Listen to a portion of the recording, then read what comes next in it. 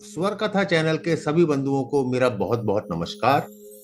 और राम तो सबके हैं कि एपिसोड 11 में बहुत बहुत स्वागत। हमने पिछले एपिसोड में बात की थी कि जब राम के राज्याभिषेक का निर्णय लिया गया तो राम ने प्रसन्न होने की जगह ये कहा कि मेरे भाई भी तो हैं, वो भी मेरे बराबर के हैं, हम एक साथ एक समय में ही पैदा हुए, मैं थोड़ा बड़ा अवश्य हूं, परंतु ये क्या रीति है कि मेरा ही राज्याभिषेक किया जाएगा, ये अनुचित। आप सबने श्रवण की पितृभक्ति की कहानी या श्रवण की मात पितृ भक्ति की कहानी तो सुनी होगी, परंतु राम की पिता की ओर भक्ति का भी कोई सानी नहीं। जब राम के राज्याभिषेक की तैयारी चल रही थी तो दूसरी ओर उनकी विमाता केकई व दासी मंत्रा के कुचक्र के कारण राम को 14 वर्ष के लिए वनवास जाने की आज्ञा और उसके स्थान पर अनुज केकई पुत्र भरत का राज्याभिषेक होने की बात चली। राम ने इसको भी माता पिता की आज्ञा मानकर शिरोधार्य किया और मां केकई से बोल उठे, हे माता सुनो, वही पुत्र बड़भागी है जो पिता माता के वचनों का अनुरागी है, यानी कि पालन करने वाला है। माता पिता को संतुष्ट करने वाला ही पुत्र होता है जननी।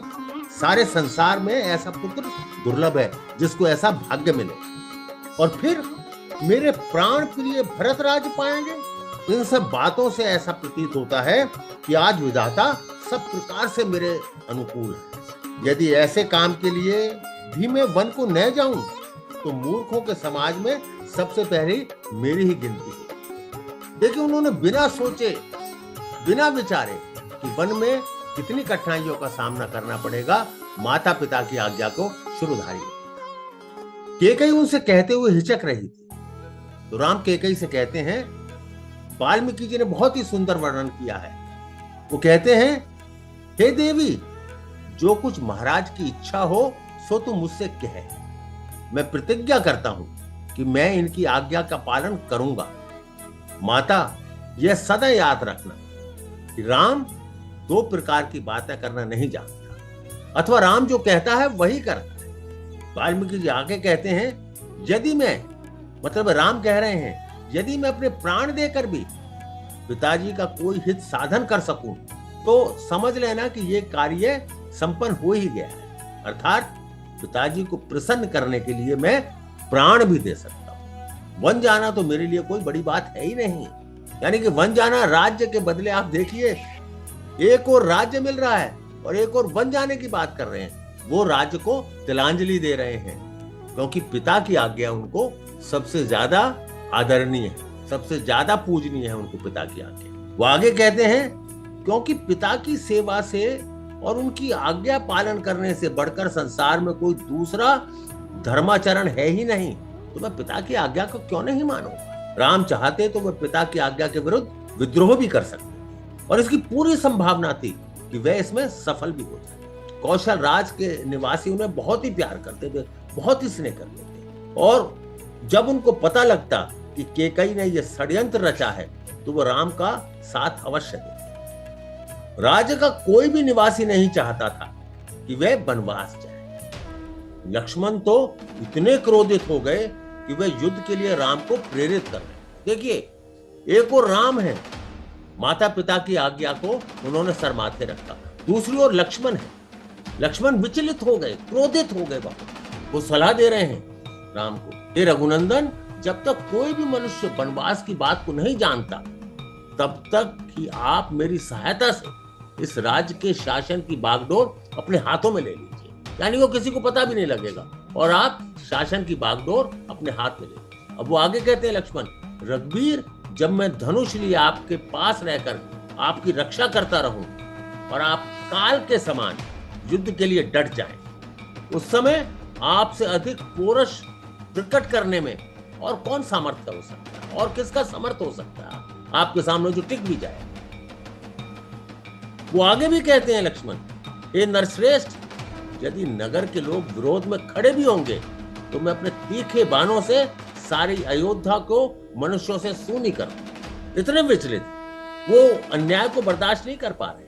और लक्ष्मण आगे चेतावनी देते हैं, जो जो भरत का पक्ष लेगा अथवा केवल उन्हीं का हित चाहेगा, मैं उन सब का वध कर डालूं। क्योंकि जो कोमल या नम्र होता है उसका सभी तिरस्कार करते हैं, क्योंकि तुम कोमल हो, नम्र हो, इसलिए तुम्हारा सब तिरस्कार कर रहे हैं।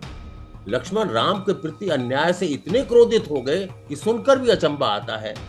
वे आवेश में महाराज दशरथ की हत्या तक की बात कहते हैं। वाल्मीकि जी ने कहा है अपनी रामायण में, यदि केकई के प्रोत्साहन से, यानी कि लक्ष्मण एक चेतावनी दे रहे हैं, यदि केकई के प्रोत्साहन देने पर उसके ऊपर संतुष्ट हो पिताजी हमारे शत्रु बन रहे हैं, तो हमें भी मोह ममता छोड़कर उन्हें कैद कर लेना चाहिए या मार डालना चाहिए। देखिए कितनी एक्सट्रीम बात, कहां राम कहां लक्ष्मण। लक्ष्मण ने और भी कई प्रकार के तर्क और राम को विद्रोह करने के लिए प्रेरित करते हैं, परंतु वो तो राम थे, संस्कारों की प्रतिमूर्ति, कैसे विचलित हो सकते थे। वे अडिग थे और अडिग रहे। पिता की आज्ञा से बढ़कर उनके लिए व्यक्तिगत सुख की कोई महत्ता नहीं थी। राज सिंहासन का उनके लिए कोई मूल्य नहीं रखता था। और आप जानते ही हैं कि उन्होंने खड़ाऊ दे दी थी राज सिंहासन पर रखने के लिए। यह इस बात को भी दर्शाता है कि मेरा पैर की जूती के बराबर भी नहीं है सिंहासन, जब मेरे माता पिता की आज्ञा हो गई। श्री राम ने लक्ष्मण को बहुत तरीके से समझाया। श्री राम ने लक्ष्मण से कहा कि पिता की आज्ञा स्वीकार करने में ही धर्म है। राम कहते हैं इस भूमंडल पर जो सबके करने योग्य है वही मैं करने जा रहा हूं, यानी कि पिता की आज्ञा का पालन करने जा रहा हूं, यही सबके करने के योग्य है। इसके विपरीत कोई न करने वाला योग्य कार्य नहीं कर रहा हूं। पिता की आज्ञा पालन करने वाला कोई भी पुरुष धर्म से भ्रष्ट नहीं हो सकता। देखिए राम की पितृ भक्ति देखिए, वो श्रवण को भी पीछे छोड़ गए।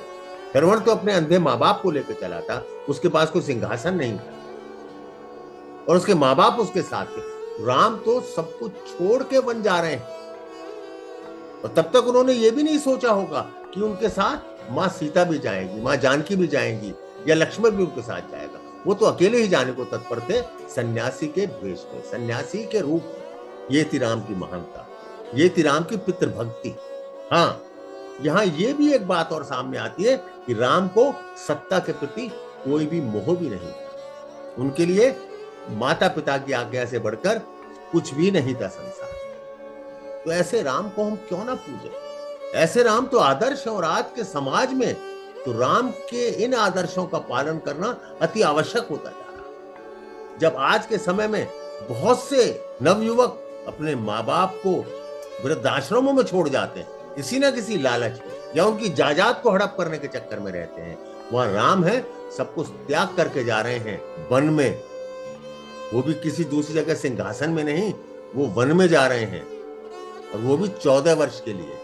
तो राम हर प्रकार से पूजनीय है। वो गुणों के सागर हैं, अथाह सागर हैं। उनका एक एक गुण भी हमें शिरोधार्य करना आवश्यक है। यदि हम उनके गुणों का शिरोधार्य करेंगे तो हमारा जीवन अवश्य ही सफल हो जाएगा। क्योंकि राम ने भी कहा है, पिता की आज्ञा पालन करने वाला कोई भी पुरुष कभी भी धर्म से भ्रष्ट नहीं हो सकता। आज के एपिसोड में बस इतना है, आगे और भी राम के गुणों की चर्चा करेंगे। राम को गुणों की चर्चा करना तो अनंत सागर में डुबकियां लगाना है, हम तो शायद कुछ बूंद ही ले पाएंगे उससे।